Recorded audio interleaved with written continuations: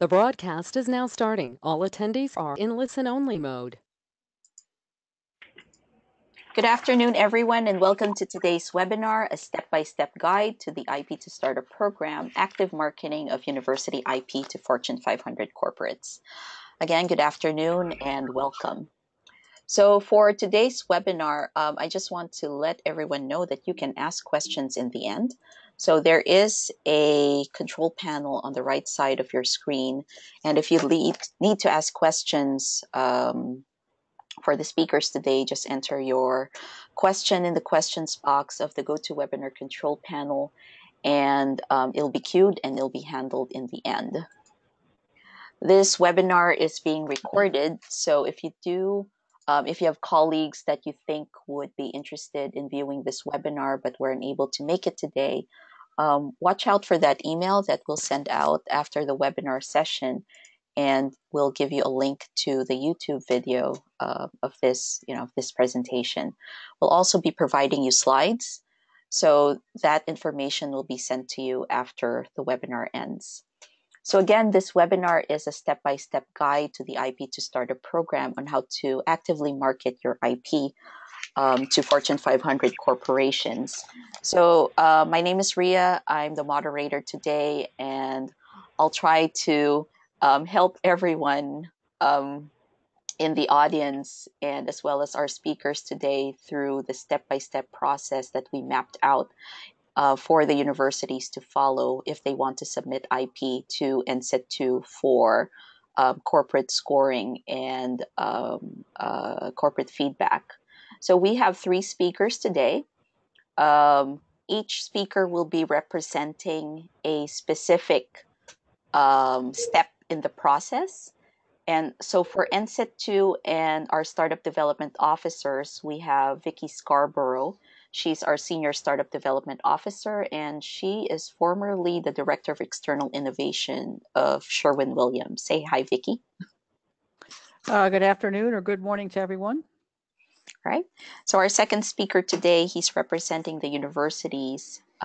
His name is Steve Nappy. He's the Associate Vice President for Technology Commercialization and Business Development of Temple University. He's also a member of NCET2 Startup Officer Leadership Council.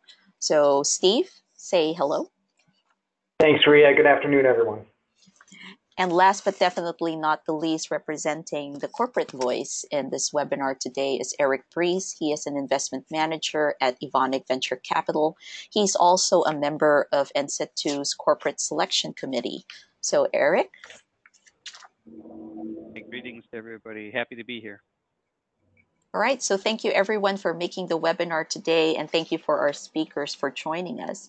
Before we begin, I'd like to give everyone a quick overview about NCET2. We've mostly engaged with universities in their last 15 years of existence, but essentially in the last few years, we started a new model where NCET2 actively works with Fortune 500 corporations. And what we do is we create startups for corporate business units based on the federal funding that universities and federal labs received. And what we do with those startups is we create them, we develop them, as well as we find funding for them through an angel group that we created called the National Angels. So NCET2 is essentially a startup development membership organization, and we do help universities as well as corporate innovation units at corporations to find startups as well as find IP that align with corporate business needs. So the program that we're going to talk to you about today aligns directly with NCET2's mission, which is to find IP that is relevant to corporates and create startups around those. So NCET2 essentially represents around 35 corporate members. So among them are Evonik. So Eric is from Evonik, Procter & Gamble, Pfizer, and DuPont. So we work with them in their business units because they're looking actively for technologies as well as startups in order to license or do sponsored research, or what we do, which is technology development by startups. So when we develop these startups, we try to get the startups to a level that it hits the corporate sweet spot. And that is done by us creating the startup, as I mentioned earlier, developing them and finding funding for these companies. So with that introduction, I'd like to turn it over briefly to Vicky to give everyone an overview about what the IP2Startup program is.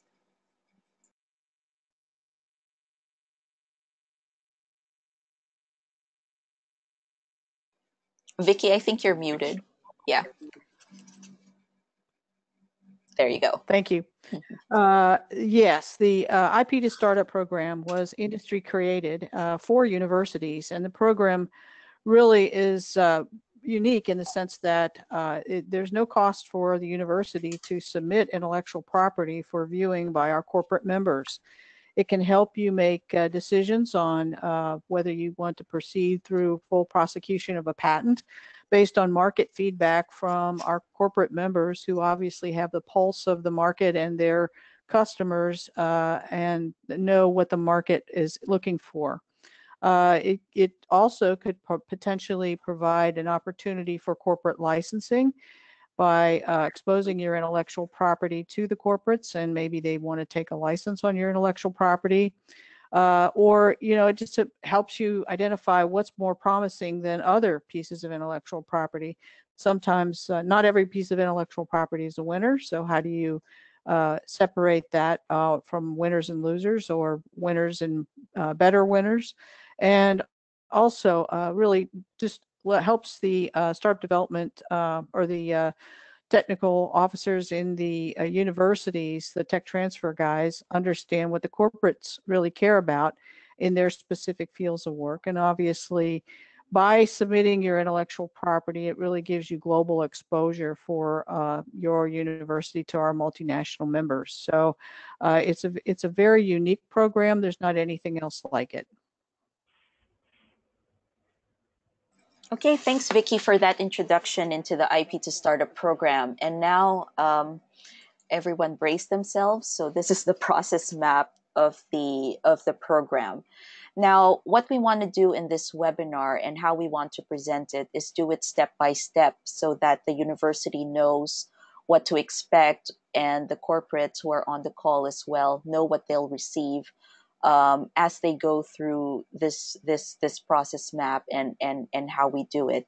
So let's start first with step one, and Vicky can take us through the first step on how we engage with the corporates, because that's where this entire process starts. Thanks, Ria. The corporates that are members are looking for getting intellectual property that satisfies their needs. So it helps us to know what their needs are. And so we work with them to identify areas that are problem areas for them. They obviously have a list of needs within their corporation of problems they're trying to solve. So we have 4 verticals that our corporates work in, and usually these verticals line up very nicely with the intellectual property. So the pharma and med area, where our members are in the pharma area and or medical device area, chemicals and clean tech, large chemical companies, or areas where clean tech of energy, solar, batteries, things like that, advanced manufacturing and engineering, and information and communications technology. So we have corporations who fit very nicely into each of those technology verticals, and they have needs around their internally to their company, and they're trying to find new technologies to solve their problems. And the scouts within their organizations, whether they be the corporate technical scouts, or they're farther up the ladder or in the corporate VC department, they're all looking for solutions to problems and looking for technologies that they can advance within their own group. So we gather those needs and we package them so that we can understand what it is they care about, because if they do not care, then we don't care, and we don't want to advance any startups that there's not going to have a pull from a corporate. So this whole change is very important. Getting these needs is the most important part, because being able to satisfy these needs is what makes the whole program run, because the startups that we create are all tied to these corporate needs. All right, thank you, Vicky. So after talking about step one, the next step is how the university selects and submits IP. So all these corporate needs get sent to the universities, and they're essentially, how would you call it, a wish list or a shopping list of the corporates of what specific technologies or innovations they're looking for. So, for the universities that we work with, such as Temple University, this is a way for them to figure out from our list of corporates what innovations they're interested in. So, Steve, do you want to talk a little bit more about that? Sure, thanks, Ria.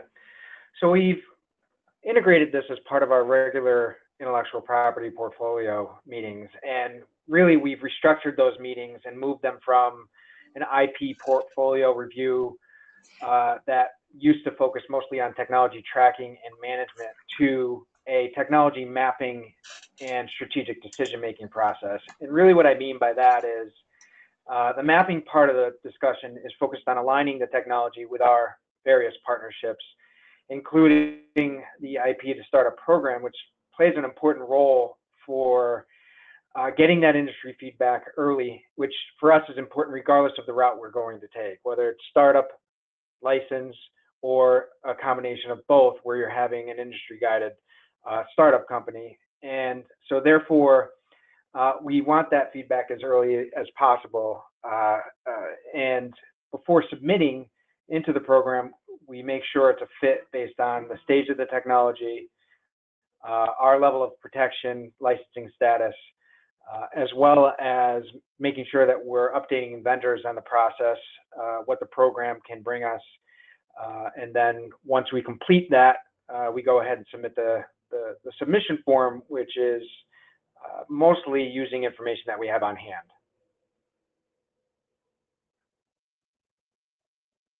All right, thank you, Steve. So I had a question earlier that popped up in our chat box. So essentially, they were asking like, how do we submit startups or sorry IP to the process? So as you were talking, Steve, I just pulled up this simple um, map of what we generally look for. So Vicky mentioned that we work in four verticals. So it's pharma and med, clean tech and chemicals, advanced manufacturing, and ICT.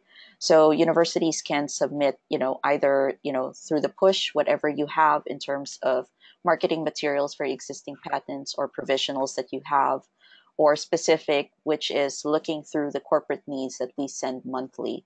So we do accept two kinds of submissions here: the IP that you want our corporates to score, and as well as the IP that our corporates are looking for. So we'll send And out this information to you as well. Yes, Vicky. right, and just to reiterate for you, those of you out there who are interested in submitting your intellectual property, this is not to be onerous and to take a lot of time. You want to just submit the marketing materials that you have. Generally, if you're a university and you've created a 1-sheet or 2-sheet summary of the intellectual property that you're looking to license, that is perfectly fine. Those PDFs can be sent right to us as is, and we'll take those and market those to the corporates, because we want this to be simple and not be a time taker for your regular duties. So this would be, we're aiming for this to be relatively easy for you to do. Okay, thank you, Vicky. So now we have, so the third step in our process is basically after universities submit IP to us, is NCET2 receives and packages all the IP for scoring.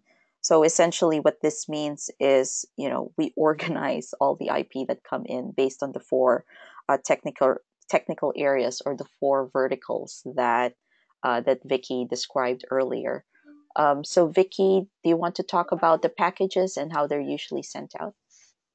Right. So it's pretty simple.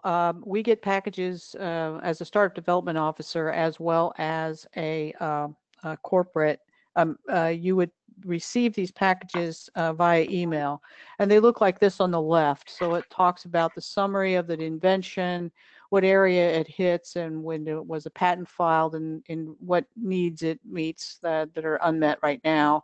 And then, so those are organized via the four verticals that we talked about. So a pharma company gets the pharma materials and doesn't necessarily get anything else that they're not interested in. And so they're sent out on a regular basis. Right now, I think we're getting a package of 10 every 3 days. And we're grading them. And we have a simple grading system that allows us to give it a score. And that score is then used to determine whether or not a corporate has interest in that particular piece of intellectual property. Also, the startup development officers who we have on our group at NCET2 as a group of people who can help create the startups and provide mentorship. They also grade the intellectual property. Those scores are aggregated, sent back in, and that's what we do next after we receive the packages. So they get aggregated, and the scores will be talked about in a minute, but this is really the process. It's very simple. In 10, you can do in about 40, 45 minutes. All right, thank you, Vicki. So, Eric, do you want to talk a little bit more about, the packages that Evonik receives from us? Yeah, so as we mentioned, I'm with the Evonik Venture Capital team, and we're a global specialty chemicals company. And people may wonder why even IP would be flowing through us to our R&D organization. And I would say it's mainly because we're tasked with not only investing in early stage companies, but also finding collaborative opportunities that help support the strategy of the organization. So think of us as the conduit into an organization, and I think it was mentioned earlier that it gives you international exposure. In our case, that's absolutely true. Is a high percentage of our R&D resources are located overseas. When we vet these opportunities, we find that they get sent directly over to this group.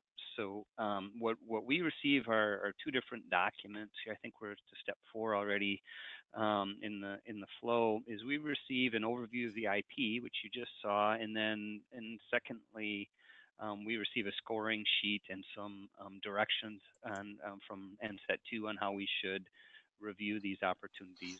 At which time we take a quick look at those, and I think it's an average 8 to 10 at a time. And the first glance in our organization is an example. It's myself.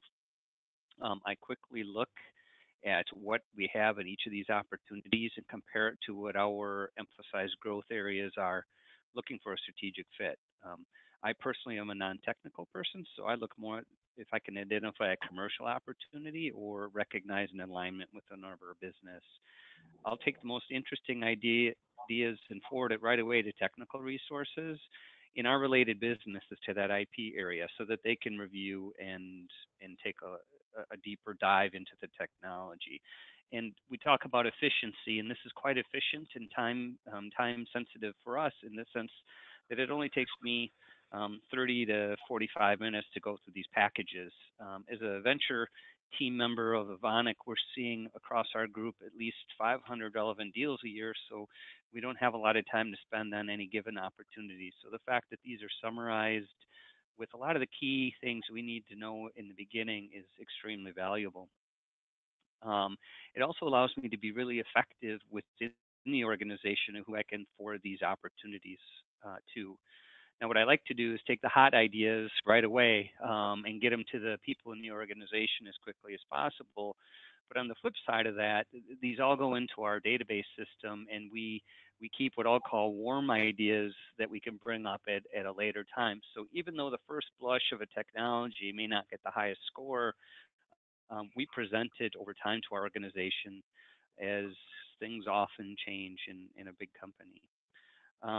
So the way this really works is our business, we identify areas that are hot because our business tells us what area of interest they have. If the growth fields and ideas that also support our business strategy but aren't specifically defined as a growth field are still considered. we're always looking for a strategic rationale. And the example I give is a process technology. Typically, a growth field isn't going to be related to a process technology, but we're always looking to improve any one of our production processes and make it more efficient and more cost effective. So in that case, we always spend time on those ideas as well. And then we work with our businesses internally by spending time on the phone and in person to make sure we understand what they're interested in, and then also get feedback on the ideas that we've presented to them. For us, IP that's most interesting is really dependent on its commercial potential and its ability to be defended. I think those are pretty obvious things. However, we see a lot of great ideas, and we recognize patents that are extremely valuable, but they don't really translate into a successful commercial activity. And on the flip side of that, it may be successful, but if we're unable to protect that IP, then the value proposition to us is minimal. So it's harder for us to pursue those ideas and invest and put resources toward those. So maybe Vicki, you can add a few comments on the review of the packages if there's anything you didn't cover already. Yeah, I think you covered it nicely. So then it's you, Ria. Thank you, Eric. Thank you, Vicki. Yeah, so step 4, essentially, as Eric said, it is part of the corporate and SDO scoring. And I think Vicki mentioned it earlier that the startup development officers, so they're basically part of the NCET2 team. They also see the same packages that our corporates see, essentially to determine what technologies they want to work on, should those technologies be scored high enough to be to be created into a startup. And I think we can talk about what the SDO's role is later on in the process, but essentially what you need to remember here is the SDOs and the corporates are working in parallel in scoring the IP and the startups, essentially making the IP that gets sent to us triple vetted by the university, by the corporates, and as well as our startup development officers. So for our 5th step in the process, so we've gone from the first step where we get the corporate needs, and now we're at the step where we've received the packages and the scores from our corporates and our SDOs, and now it's time to figure out which among the IP scored high with our SDOs and our corporates, and which among those we are selecting to move forward in the startup creation process. So Vicki, do you want to take over this part? Sure. Okay, so you're going to have your scores collated and looked at with regard to who's interested in what. So if you get a package of 10, you submit a package of 10 pieces of intellectual property to us, probably about 20% will be of interest, and there could be a couple of things that happens at that point. So, if there's an interest in a license, for example, perhaps Eric's company is interested in taking a license on a technology, he can just do that with the university without NCET2's help at all. He may decide, wow, they're doing something very interesting. We may want to do a sponsored research program with them. But that's interesting too, because again, as that global footprint of our corporate members is very big, obviously that gives you exposure to research being conducted and sponsored by multinational companies. But then we may decide that it would be best to develop a startup company out of this intellectual property, and that usually happens when there's a startup development officer and a corporate who finds the technology compelling enough that we would be proposing to form a startup company around the technology. And so our startup development officers we're going to talk about that in a little bit, but they're basically ex-corporates, ex-VCs, serial entrepreneurs, that are really interested in working with startups and want to provide mentorship and guidance to new companies. So that is the collation part is really where we make decisions about what is going to make the cut and what is not. Okay, thank you, Rhea? Vicky. Yep, I'm back. I'm here.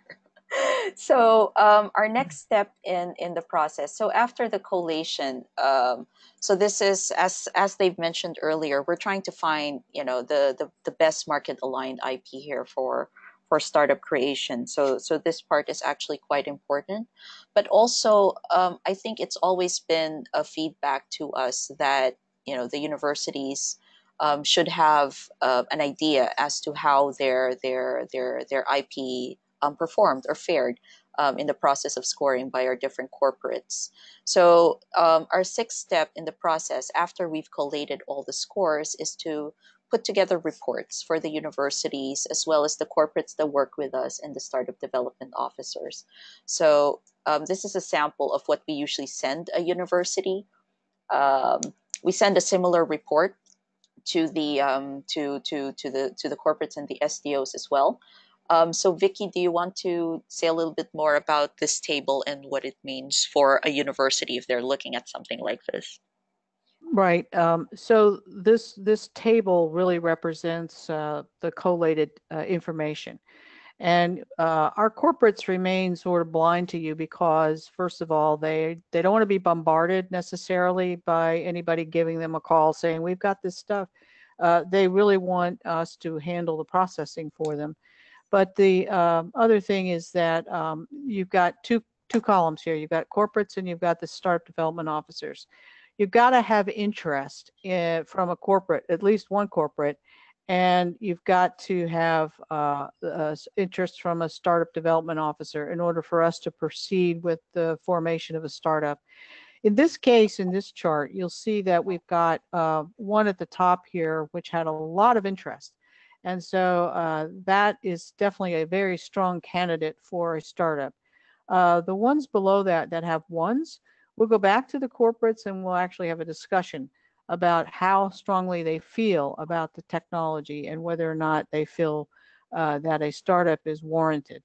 So we try to find out what is warm, what is lukewarm, as Eric alluded to earlier. Sometimes there's not as strong an interest, but it's something they might back burner for the time being. So we want to find out how strongly they gravitate towards that particular piece of intellectual property. But as the one at the top clearly indicates, there's strong interest. So that would be a good one. And when we see this, the report that goes back to the university would be that they would see these scores, they wouldn't know who the corporate was, they wouldn't have specific feedback, but they would know in general which ones of their intellectual property had interest. For the ones that don't have interest, for the ones at the bottom, it's perhaps not the right corporate that saw it, or it just doesn't have a place in the market at this time. It could be too early, it could be too late. It could be something that's already been done and there's so much intellectual property already out there that this just is not worthy of any type of development. So, there's a lot of exploration you can do around why something scored the way it did. But basically, this is a qualitative measure or quantitative measure, whether the quality or the quantity of these pieces of intellectual property would be evaluated, and we would send you the scores and have a discussion about what startup looks or what piece of intellectual property might be useful in forming a startup. Thank you, Rhea. Thank you, Vicky. So that part of the process, as Vicky mentioned, that's the part where we engage now with the corporates more fully, as well as the universities, because we do show them how their how the IP scored and what they can do to engage further with them. So after that sixth step, so this is where the university comes in now. So based on that report, if there is a piece of IP there that has really strong interest, what we do is we talk to the university right after. If there is something, if their team, or if the researcher or anyone involved in that research is interested in forming a company around that IP, considering there is really strong corporate interest. And maybe Steve, you'd like to talk a little bit more on how Temple University engages at this stage? Great, thanks, Ria. What's nice about this is starting with the technology identification process, it really plugs into our existing way in which we do things from a technology development, from a startup process, and from a licensing process. So this report comes back and kicks our startup process into gear. And really what that means is we're discussing the opportunity with the inventors, onboarding them to what that means, what it looks like in terms of their role in the company, potential role in the company, what they should expect there, how that might trigger internal procedures in terms of conflict of interest, but really laying out the landscape in terms of what this could look like, and making sure that there's buy-in and into the process and into the idea of creating a company and what that means. Are there graduate students or students that may want to participate? How do we fill out that team from our perspective or from our side, and how can we contribute to that? And then move from that discussion into documenting that technical vision, understanding what those key next steps are for the technology that can help us identify those critical milestones, those critical development milestones that still need to be achieved. And that forms the business plan outline for us, and links into our licensing process to make sure that the expectations, the timing, then fit into alignment with a structure that will work in terms of granting those rights to the startup. So that summarizes really our reaction to a report, and for us starts the process of getting everybody in the same at the table and expectations aligned for a startup company. Okay, thank you, Steve. Vicky, do you want to add anything to that? I think that basically this is a real important step for the SDOs when they begin to become engaged with the BPO, the business plan outline. We review that business plan outline once it's received to determine, what it looks like, and we want to check signals back with the corporates as well to make sure that that business plan outline makes sense for them. And so this part is pretty important because this is where we're starting to think seriously about creating a new business that might meet the corporate's goals, that might satisfy the startup development officer's needs for managing a corporate business, a new corporate business. And this is a real, we have a lot of discussion at this point about what's going to happen next. So this is the key. And even though many technical people don't have experience creating business plans, this is basically an outline that just kind of covers the basics, and they should be able to at least determine some of these areas of strategic, this outline here of how they want to go forward with their strategy. Thanks, Ria. Thank you. Oh, there you go. So after the 7th step of creating the business plan outline and engaging with the universities, the next step in the process, and we're almost there, is the SDOs define the funding and development milestones. And this is where the corporate guidance or the corporate feedback comes in, as well as to the development plan milestones for the startup that needs to get created. Vicky or Eric, do you want to jump in here? I can start here. I think an aspect that's quite nice for us on the corporate side is we get the option to determine the level of engagement we want to have with these startups. We can participate at a high level or at a relatively low level and help support it. And that flexibility is great for us. So it may be more interested or moderately interesting, and we have the ability to choose. As it goes through this process, we work with our internal businesses to determine and help guide the startup with what the right milestones are, so that they get to where they need to be. Should we invest in something, we're always looking to be involved in the board operations of an entity, because we can bring the breadth of Evonik's organization to help them. And as I mentioned earlier, things change over time. Our business leaders change, our areas of emphasis change.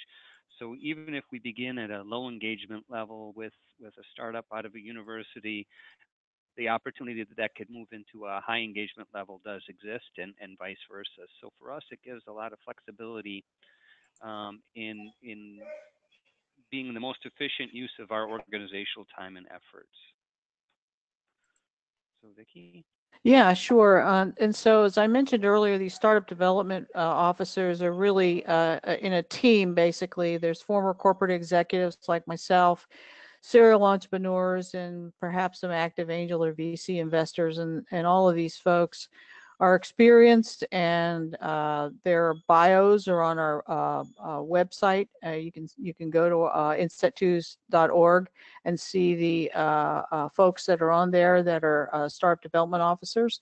And so they're engaged in working with the startups and trying to develop these startups for not only their working with corporates to get the milestones, but with the business plans, with the funding, with the boards, with the, I mean, it's just all the things that happen when you create a new company. So they're very skilled at all of this, and they may come in at different times depending upon the needs, but the startup development officer is really key to providing the mentorship and skill set that generally technical teams don't have, because technical folks are good at research and generating data and that sort of thing, but in terms of business, they sometimes don't have those skill set, or are needing to develop that skill set. And so working with the SDOs, they have the opportunity to develop that skill set as well as learn from them. But these guys are really there to help create that pull mechanism that we're creating with the milestones from the corporates to get this startup going, and to have that the goals set so that there's no pivots, that they can really just sort of go in the direction that the corporate recommends in terms of their research projects and their business plan, and go in a more direct result for commercialization. So that really helps guide all of these new startups, these startup development officers. Okay, thank you very much. So now we're in step 9, where the SDOs work with the university to create the startup. So at this point, maybe you can describe, Vicki, like what it looks like, after the SDOs like complete the funding and development milestones with the university and the early team of the startup. How does this process begins? Like how does this process work with working side by side with the university to create a startup? And maybe Steve, you could chime in as well. Sure. Willie, the key process is communication. So once the startup development officer has been assigned to work, we work with the university and say, okay, who is going to be on the team, and how do we get this startup going? And Steve can talk about startup creation because he's done a lot of those. We work with the corporates to get the milestones, to understand which direction we're going to go.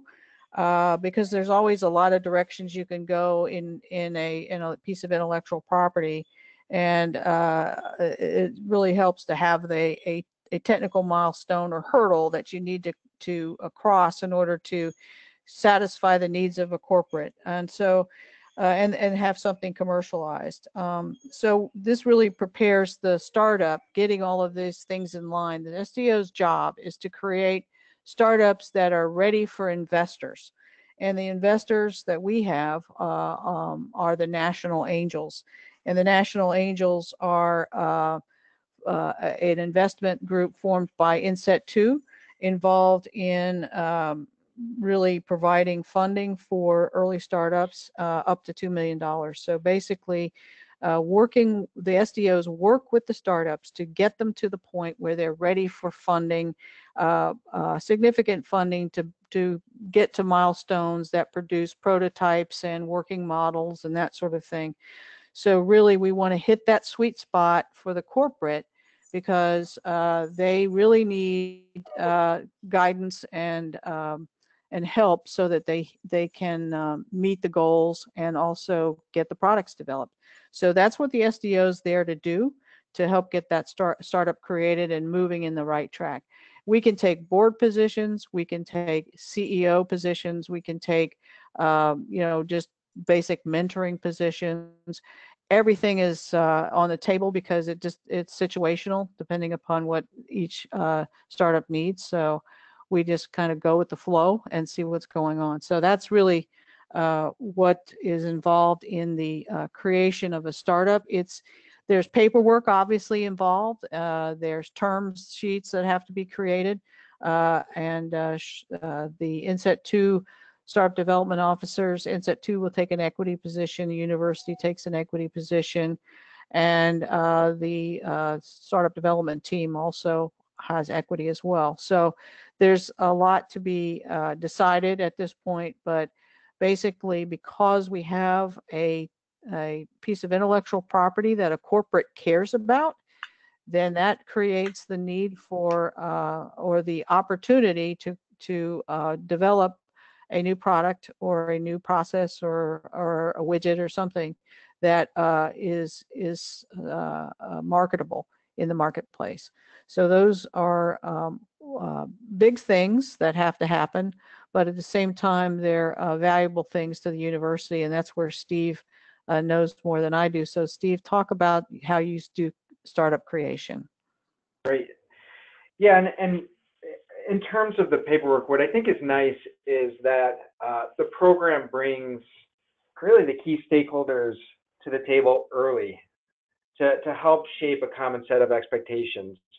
So the paperwork really flows and gets molded around that type of an understanding, and it's really important for everybody to get on the same page, and from there it plugs into, at least from the way that we do it at Temple, our standard process would include an option agreement that builds out a period of time for the startup company to get its footing, secure its management, put that in place, get its plans together, and start that process of fundraising.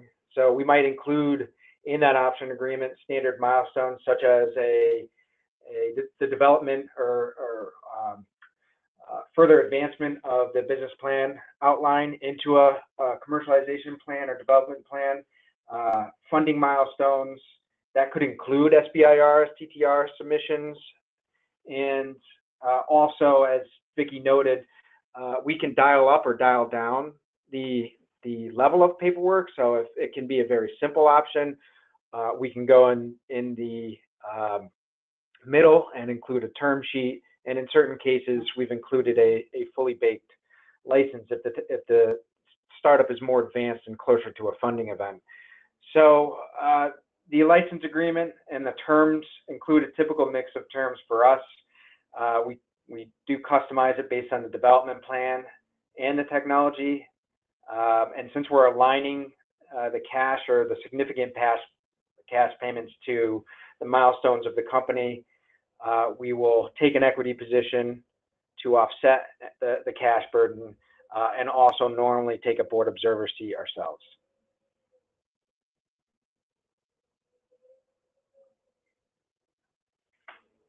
And that wraps it up. All right, thank you, Steve. So after that last process, that's actually the last step in the process, like in the startup creation. So just as a quick wrap up of the steps that we went through today. So essentially, the IP2Startup process starts starts at the very, very basic level of getting what the corporates are looking for. But then again, we always emphasize to universities that there is a push and a pull model here in play. So the push model is basically your IP in the university that you want our corporates to look at, and we we process that and we separate that out for you based on what our corporates are interested in the 4 verticals. And there's also the pull model, where we provide the universities with a list of corporate needs so they can specifically go to, a specific part of their portfolio, or, if you're a bigger tech transfer office and each person handles a specific technical area, you can actually look through the corporate needs and see if there's anything there that fits. But at the end, the entire process is about finding the best market aligned startups and engaging the universities side by side with the corporates to create startups that the market cares about, and at the end the corporates care about as well. And hopefully this process made it a little bit clearer to the universities that we've been speaking to the last few months and few weeks about submitting IP to us. So we hope this process made it a little clearer as to how we go about finding IP and how we go about processing it, and at the end, how we create a startup around the process. So, just to wrap up this part, maybe it'd be good to summarize some advantages of the program, both for corporates and for universities. Eric, do you want to just quickly go through some of the corporates, and then Steve, you can follow after for the universities? Absolutely. As was mentioned earlier, this helps hit our sweet spot.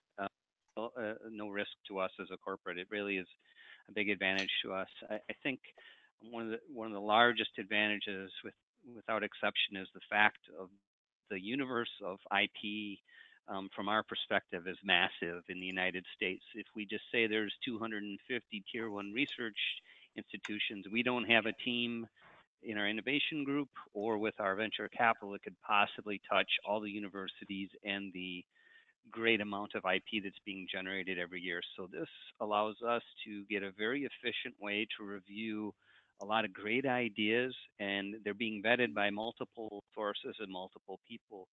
We're able to take these ideas and put them in our database if it's not ready for us yet, and review them in the future and come back and reconsider as that continues to mature. So for us, it's really nice that we have a triple vetted situation, and that it's already a very efficient way for us to see the community of intellectual property that exists across the U.S. And from the university perspective, our overarching strategy is to advance as much technology that has commercial traction as possible, while also filtering out those that lack that uptake. And given the limited resources that we are faced with in terms, and just generally in the early technology space, IP2Startup enables us to apply those resources to a pathway that can accomplish a key milestone, and that we know there's some industry pull aligned with it. So just for example, and this recently came up with us, a ramp up around a particular technology for us, if looking at international patent filings, could consume close to 10% of our budget here, just based on some of the initial filing costs. So we really can't do that for every technology, never mind probably more than a handful of technologies. So it's really important for us to inject as much feedback into our process as possible. And even if we get to a point of abandonment of intellectual property where we fully assessed all the potential angles, or as many angles as we could, it's allowing us to redirect those limited resources into new IP opportunities, but also help faculty understand what we're looking for and what industry might be looking for. Further, I just want to point out that we're doing everything we can to contribute to the funding gap, but this really does help us on the management gap component, and management gap that is aligned with that industry pull, and then bringing in that investment component based on everyone's interest. So this is something that has really helped us in that early stage decision making, but also in advancing these companies in a way that you're not only aligning funding, but you're getting that management expertise plugged into the company, which is a significant part of the equation for these companies to move. Okay, so thank you, everyone. Thank you, Eric, and thank you, Steve.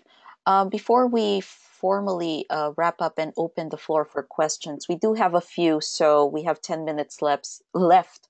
I'm not sure how many questions we can take in, but if there are universities that are interested in submitting their IP to us, just go to submissions@ncet2.org. Send us whatever marketing material you have on existing patents as well as any provisionals that you file, so that way we can start packaging them and working with you to get them to our corporate members. So let's go really quickly to the questions now, because we do have a few, and hopefully we get to them all today. But if not, we're taking your questions and we'll try to answer as many as we can via email. So if you do have questions about the program, just put them in the questions box of the GoToWebinar control panel, and we'll try to submit answers to those questions to you via email if we won't get them, if we won't get to answer them live on the webinar today. So our first question is, how will this help smaller universities without much research? Well, I can answer that. My feeling about this program is that it is really, it's agnostic in terms of where good ideas can come from anywhere. So smaller universities may not have as much research as bigger universities, but we talk to everyone, and a good idea can come from anywhere. And how will you know if your idea is going to resonate with some large corporate if you don't submit and find out? And so we work with smaller universities versus the big ones. We work with everyone. And so I urge you to go ahead and consider submission, because it can benefit you as much as it can benefit anyone. And it gives you exposure as well as opportunities to really build an innovation program that you may not have otherwise built. And so if you don't have a lot of research, but you have intellectual property, I mean, again, if it's intellectual property, it has value. Otherwise, you probably wouldn't have taken the time to file a patent. So if you want to vet that through corporates to find out if it has any value, please submit. Just second that it's so hard for us to reach out to all the universities, that the more that comes through a consolidated method like NCET2, the more likely we are to see the opportunities. All right, thank you. How many technologies can a university TTO send in per year? Rhea, you take that one. Okay. Well, actually, there is no limit to the number of submissions per university, but some universities do submit 10 at a time. And what we do is, as soon as those 10 comes in, we kind of cycle back. But generally, we do accept, we do accept an infinite number of IP from universities. Like Steve's university, I think has over 30 now in, that's been submitted to us. So, I mean, it's up to you how many you want to submit, but obviously the more you send to us, the better the chances that you'll get that feedback from the corporates, because it does get farmed out to different corporates in different technical areas based on the IP that you send in. Okay, so let's go to the next question. What if the university doesn't have a team interested in being part of a startup? Steve or Vicky, do you want to chime in here? Okay, so I'll start and Steve can jump in. Yeah, it's sometimes that happens, and sometimes these faculties or folks are not necessarily interested in being part of a startup, and that can happen. We would have to evaluate the situation to determine the level of pull from our corporate to find out just if this is a super valuable thing to them. We'll find some people to do it. And if you have to advertise for folks to join a startup, You can do that. A lot of people who are ego invested in research may want to join the startup, particularly the postdocs and some of the folks who worked on the innovation who have graduated. We'd love to have students involved. That always helps, obviously, because they have that, they know the technology. However, it's not impossible to create a startup if you don't have the original members, but it's definitely more difficult. And so, we would have a discussion about how valuable the technology is to the corporate in order to go to the trouble of forming a team that didn't have any background in the area of the IP. So, it can be difficult, but not impossible.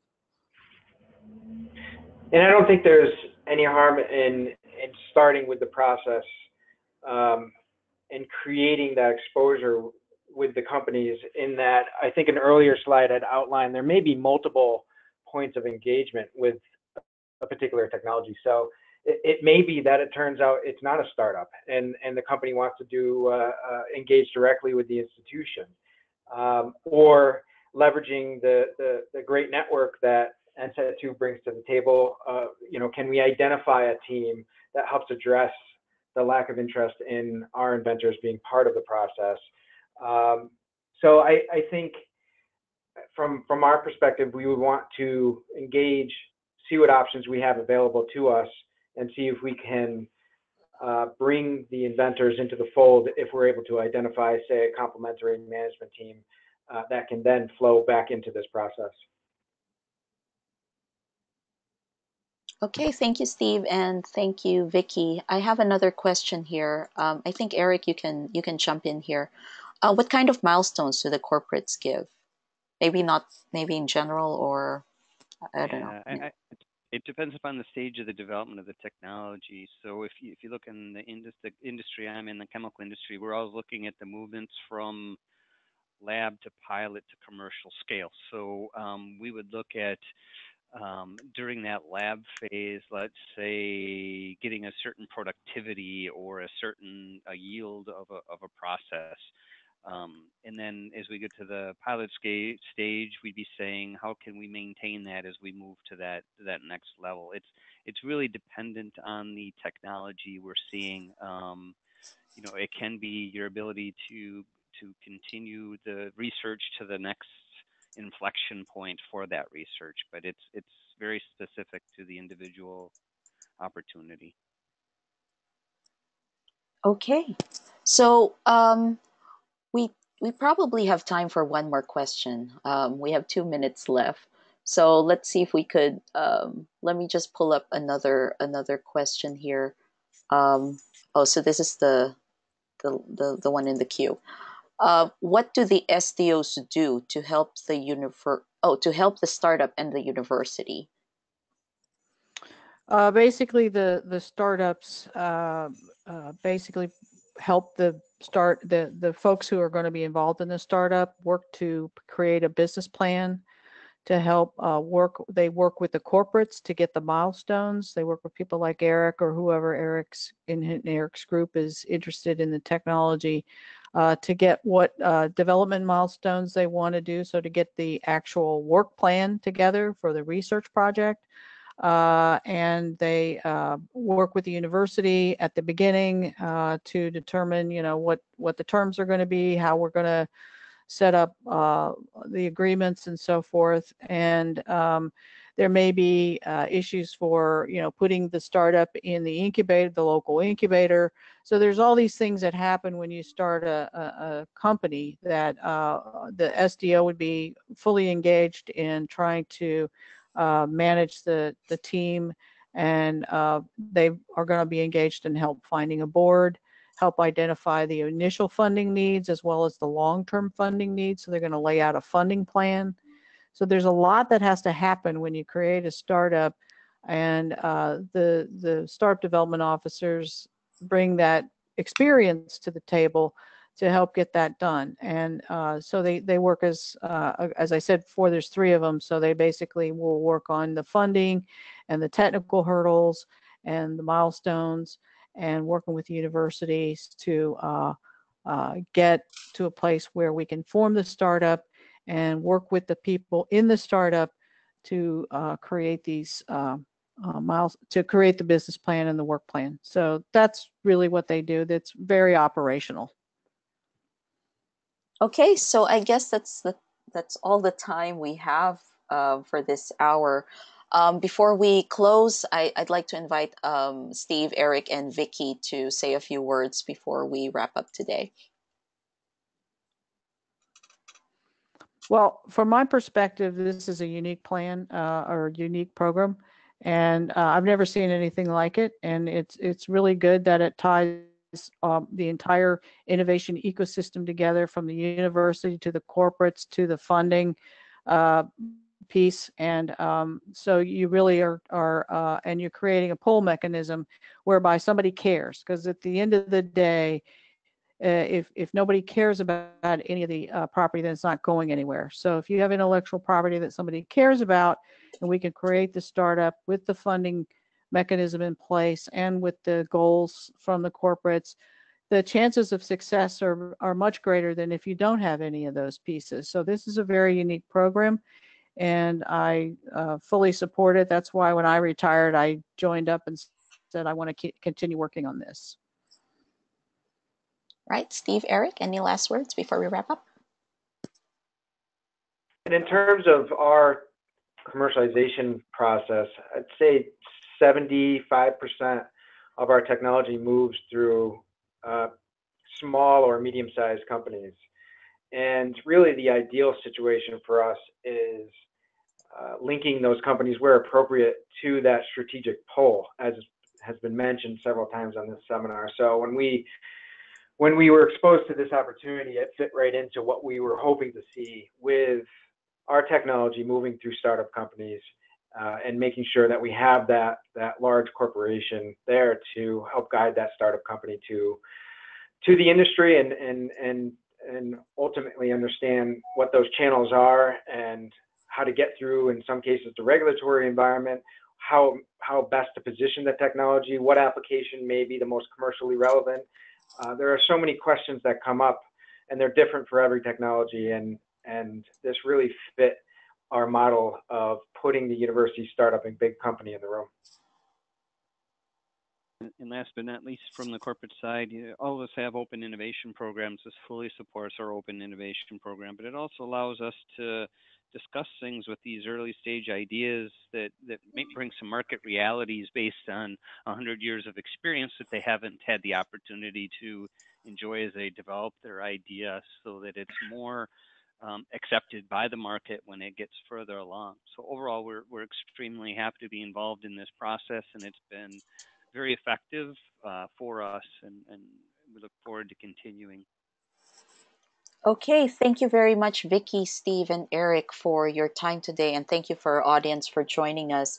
If you have questions for us, or if you wish to submit startups, just go to submissions@ncet2.org.